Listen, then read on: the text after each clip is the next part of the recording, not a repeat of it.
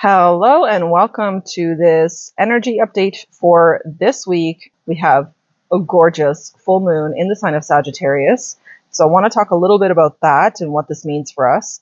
And then I also want to get into some of the other planets and signs that those planets are sitting in for us to get a better overview, a better picture of what is happening, what's playing out energetically this week, what you personally may be experiencing this week.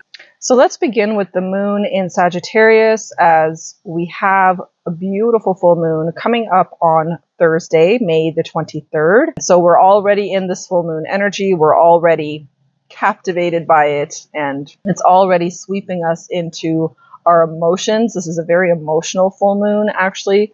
And as we all know, full moons are a culmination of energy. So it is a time when the energy is completing. There's also a sense of fulfillment that is coming in with this full moon. So because full moons are so much to do with completion energy, there is this sense that whatever intentions you set in the last new moon are now basically wrapping up, closing out, and are now coming to be fulfilled.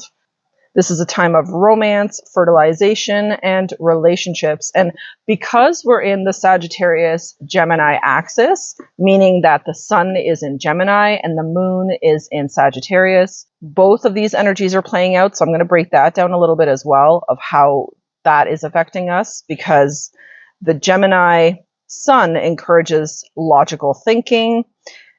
Gemini is an air sign, right? It's all about the thoughts. It's all about the mind. Gemini is a very fun-loving sign as well, very social, very communicative sign. So Geminis love to chat, love to talk. They love to mingle, to have social activities or events. So while the sun in Gemini is encouraging logical thinking, the Sagittarius moon says to use your intuition, to trust your intuition, and to really go with whatever your intuition is guiding you to do at this time. So it's about broader thinking, wider, more higher perspective kind of thinking. Sagittarius is driven by adventure. Sag loves adventure, loves to travel, loves to go to new places and learn from having exposure to new places and from being in new locations, new places that they've never explored before. Sag also has a quest for meaning in life. So Sagittarians oftentimes are searching for the meaning of life. They are desiring to know and to connect with it.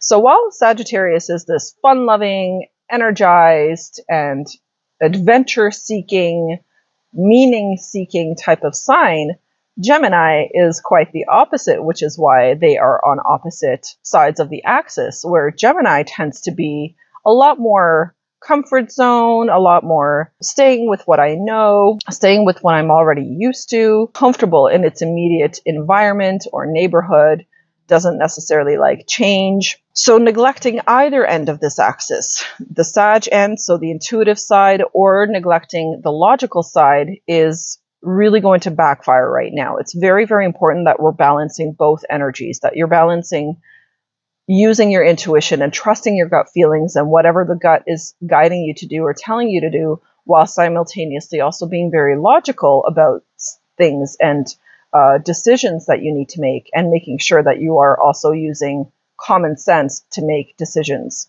Okay, so it's very important this week for us to balance these energies out. And I'm sorry if I'm like really hot looking. I'm sweating. It's super hot in the car, and I'm mommy taxi today. So I'm recording this in my car because I've been driving my daughter and some other kids around for band practice, for band tour. Actually, it's not even practice. They're touring schools. So hence why the office location is in the vehicle today, and I'm very sweaty.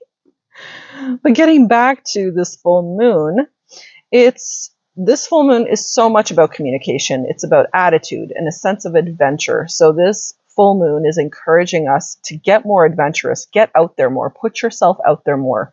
It's also about, because it's so emotional, to be more outgoing, more open with your feelings and with how you truly feel about things. So this is communication. This is something that's been building inside of us for quite some time. And whatever has been building inside of you for a long time, pertaining to feelings, pertaining to anything that you've been sort of accumulating and allowing to build up within you is now going to be busting forth. It's this energy is essentially bringing it out of us. It is making us, one, more aware of our emotions and what we have been shoving down, what we have been ignoring perhaps.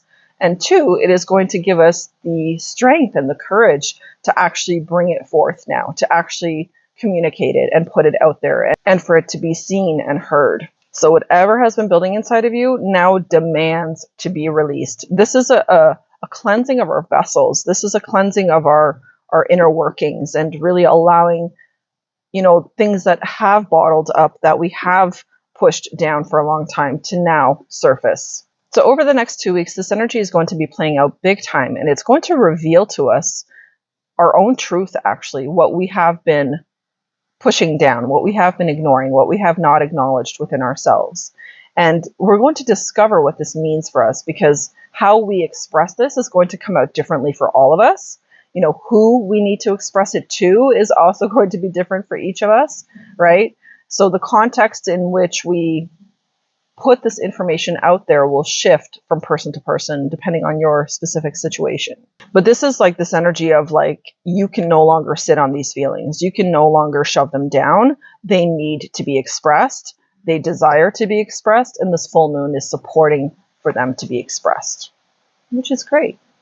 The full moon is also going to be illuminating the conflict that we may have within ourselves. This week, you're going to notice that. You're going to notice the battle of the mind over the intuition. And this is where you're going to need to have discernment and pause and just really tune into that and find out what actually feels right. So sometimes when the logical mind gets in the way of a decision you need to make, of something that you need to do, then at that point, you have to stop yourself and recognize that, okay, my logical mind is overstimulated here right now, is being overworked, and I need to pull the energy back and back into my intuition, back into my own self-trust, and just actually sit with this idea for a moment and feel into it and just see how it feels and see how or where that feeling guides you, right? So it's just having really deep awareness and making a decision based on that. So not rushing into anything. There's also an abundance of good luck, of willpower, inspiration, determination to see things through. This energy is also pushing us and bursting through us to bring something to a completion, to finalize something, to express, like I said before, to let things out of our system, to make space, to clear our own energy field, right, by releasing whatever has been held back or held down. Now let's talk about the sun in Gemini for a moment, because the sun just moved into the sign of Gemini, right? We were in the sign of Taurus through most of May, and now we are definitely in the sign of Gemini. So we're much more cerebral, much more in our heads, much more likely to overthink things.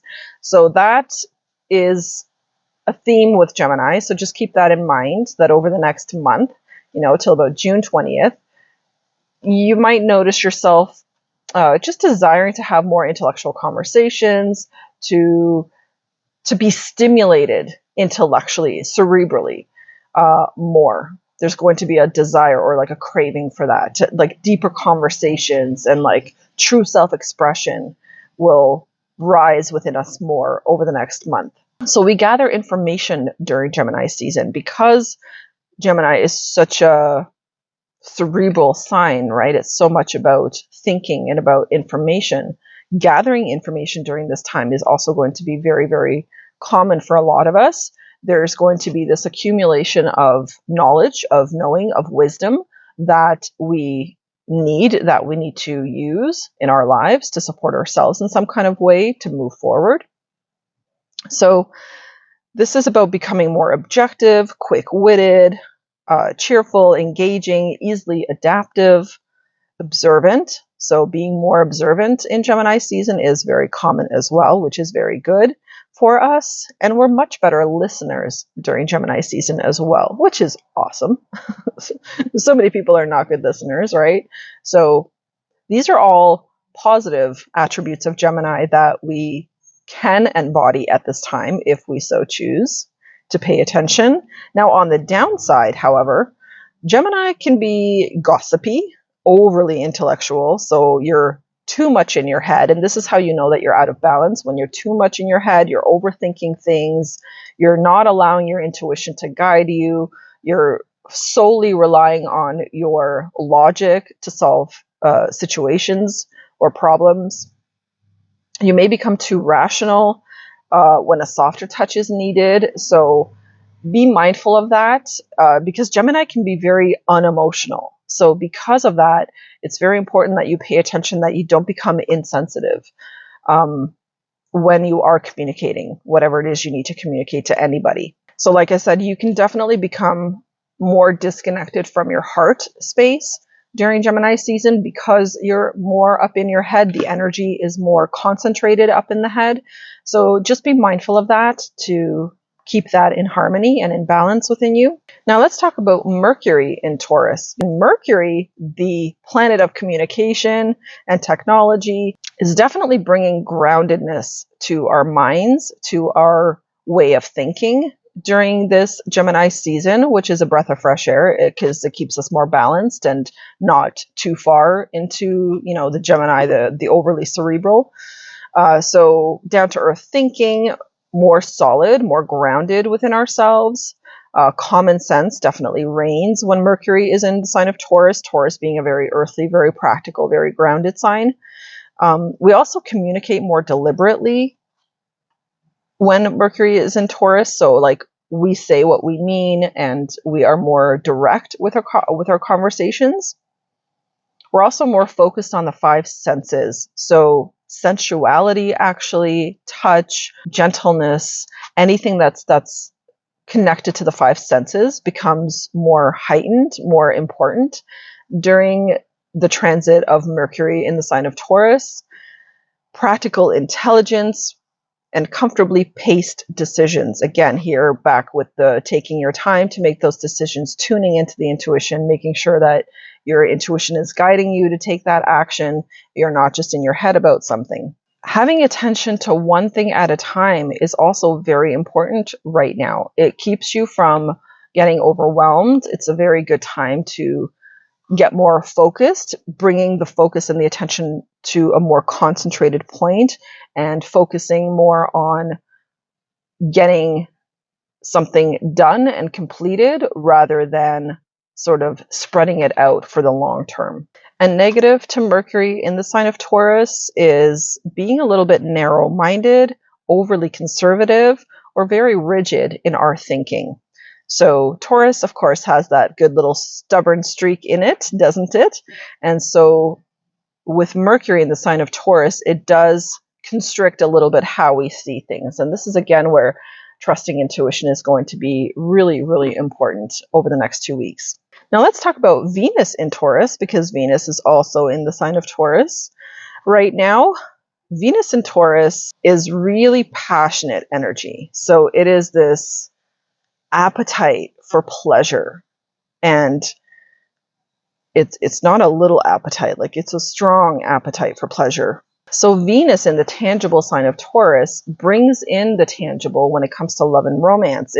This is again more touchy-feely, more expression, natural physical expression of love, of respect, or of appreciation of a person, and definitely more physical expressions of love and romance. And the shadow side of Venus in Taurus is an excessive possessiveness. So this is because Venus, the planet of love, wants to love, love, love, right? But when it's in the sign of Taurus, that very earthy, very practical, very hands-on type of sign, this creates a bit of possessiveness within people, or it can bring out the possessiveness within you, to the point where you can end up treating your partner like they are a possession of yours, like you own them.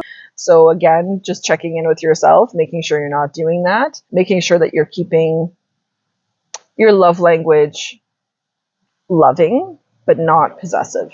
Now let's talk about Venus in Gemini, because Venus actually moves out of Taurus tomorrow and moves into the sign of Gemini, same day as the full moon. So as Venus enters Gemini, this inspires curiosity, and motivates us on a romantic and social level. So this brings out a lot of that social adventure, I want to call it, like becoming more adventurous when it comes to our social interactions.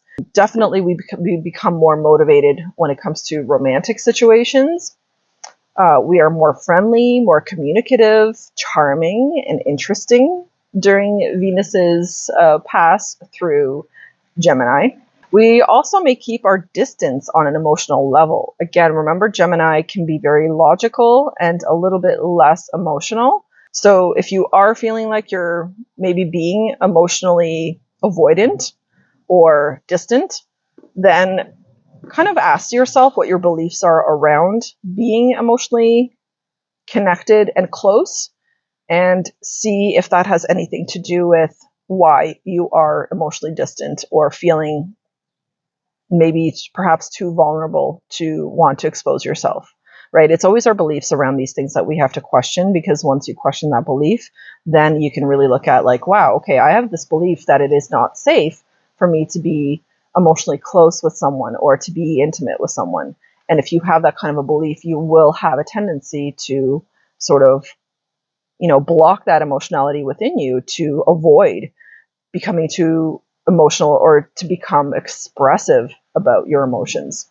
And Venus being in the sign of Gemini also reminds us that we are more attracted to intelligence at this time. So even when it comes to romantic connections, you may notice yourself really desiring to connect with someone intellectual, someone that you can have a really great conversation with, someone that, you feel like you're on the same page when it comes to certain topics or certain situations, right? So this is more about connecting with individuals more with words and more with intellect, and forming friendships based on that intellectual compatibility, and then allowing those romantic connections to then bloom into something more. So there's more likeliness for people at this time that come together and meet each other, that they end up meeting, and just having a really great conversation, and then that great conversation leading into something even more. So Venus in Gemini is flirtatious, captivating, it is adaptable. This is when we ask more questions. We're also good listeners, and we want to keep things very light and airy and fun. So our social interactions most certainly are going to be lighter in nature, like you just want to laugh more, joke more, keep things lighthearted. This is when we want to be mentally engaged. So when Venus is in Gemini, we're really seeking for our desire for variety to be met. So this is when we want to switch things up. We want different. We want more. We want new. We want exciting. Anyone that's in the dating world at this time will be potentially more likely to just want to kind of hop around, talk to this person for a bit, get to know them, talk to that person for a bit, get to know them. So it's like we have this sort of very fun, flirtatious energy with Venus and Gemini. And then we're also in summer season, and it's hot and it's beautiful out. So that just encourages us even more to, get out and pubs and patios and do all that stuff, right? Venus in Gemini also supports really good luck or good fortune when it comes to travel, when it comes to transportation. So that's a bonus. And really supports communication, like really, really supports communication. So it's a very, very good time to have those deeper conversations, those conversations that come from your intuition, that just feel right, conversations that allow you to really express yourself. Now let's look at Mars in Aries. Mars is in Aries from April 30th until June 9th, so it's got a bit of a transit there. This is when your energy is spontaneous, forward-looking, courageous. Your more competitive spirit will come out when Mars is in Aries, right? Aries is the sign of the self. It represents the self. It's this desire to move mountains. It's this desire to move forward. And with Mars being a fiery planet and bringing this fiery energy to an already fiery sign, it really lights that fire under us to get going, to really plan for the future, make big and solid plans. This is having a healthy dose of competition within ourselves. This is also about really connecting to that, I'm here to win it energy. Okay, so it's a very confident type of energy. Mars in Aries also has us more active, more single-minded, and more confident. So it brings action to the forefront more. Of course it does with all its fire. And your actions also become more direct. So it's like you're instinctively finding the best sort of fastest route from point A to point B.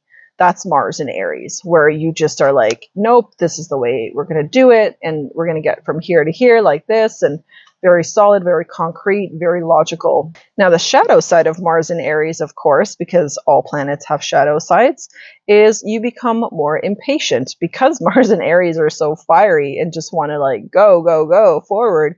There's a tendency for us to be impatient during this time, to be more arrogant, to be more impulsive, short-lived, unreflective, and self-centered. So it can cause people to become a little bit more selfish and just very focused on the self. Of course, Aries, the self, right? So this transit is actually really, really good for endeavors that don't require long-term passion and long-term effort. This energy, Mars and Aries energy, running until June the 9th, is actually much more suited to endeavors that require courage and strength, but not necessarily that sustained passion and energy. Mars in Aries burns itself out quick, right? It's a very fast burning, fast moving energy. Now, Uranus is also in the sign of Taurus, of course, joining the party. So when Uranus is in the sign of Taurus, we're way less inhibited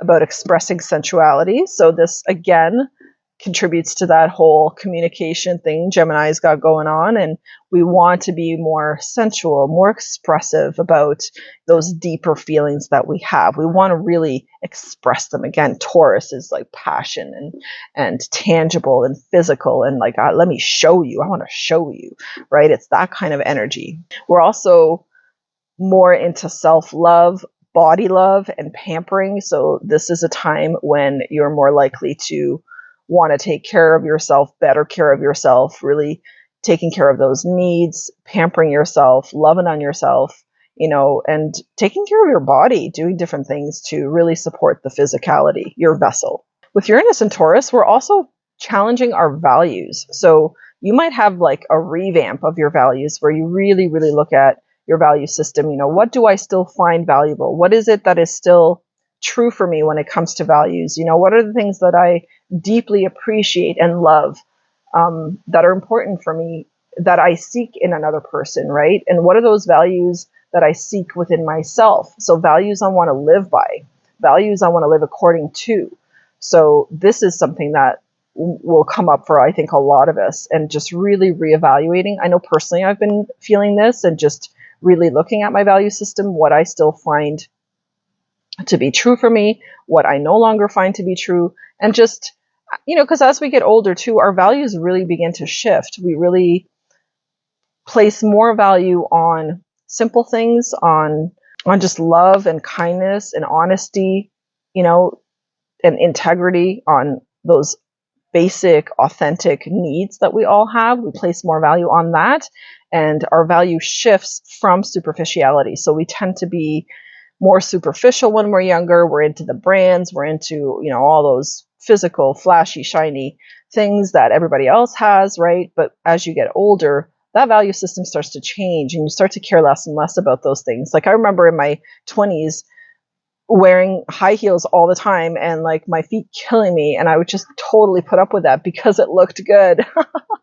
Wow, I totally don't do that anymore. So I value comfort so much more now. And having a comfortable pair of shoes, no matter what I'm doing, is so much more valuable to me now than looking good.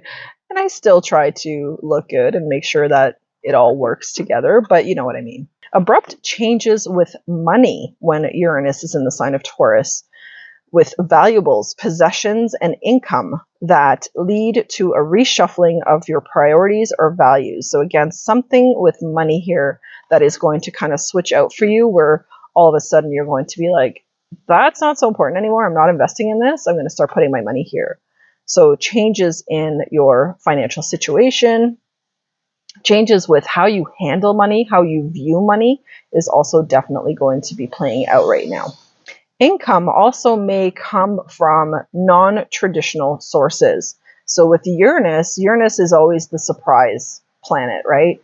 It's the planet that connects to shocks and to surprises. So Uranus in Taurus could bring a surprise in a source of income that is non-traditional, kind of comes out of nowhere, surprises you in a very pleasant way, and all of a sudden you could get a big check from somewhere that you did not expect.